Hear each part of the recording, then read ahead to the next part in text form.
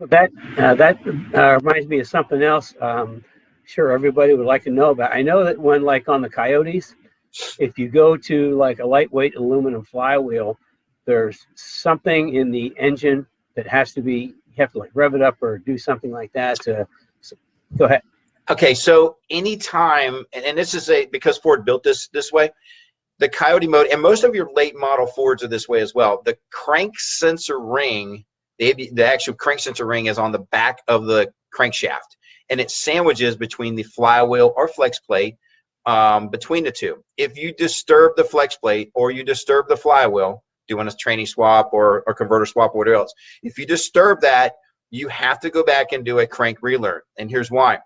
That actually ring could move plus or minus 8 degrees. So you can imagine the catastrophic failure if they're off on the 8-degree positive side. Okay, so it could be really, really bad. So whenever you are done, you should always get it up to temperature before you run around and drive the car. Get it up to temperature, do a crank relearn, which you can do through an MPVI2. You can do it through your SCT device. You can do it through the Diablo device or an N-Gauge. So you have to do a crank relearn whenever you disturb that. And that syncs up the cam timing and the crank timing for adequate spark timing as well.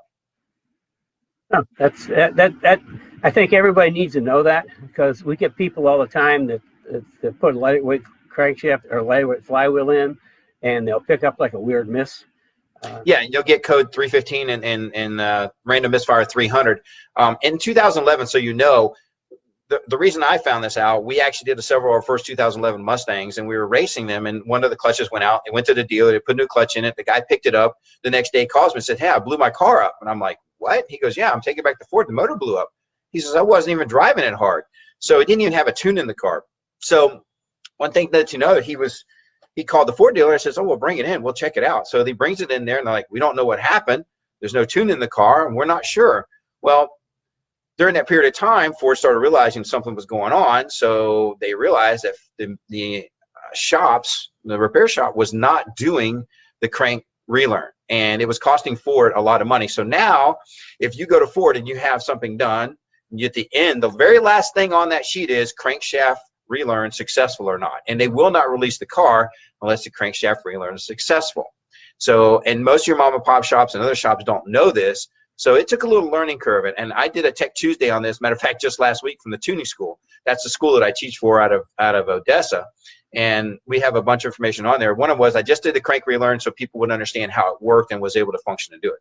So if you have a late model Coyote and you've never had a crank relearn and you did some work to the transmission, it's a simple process.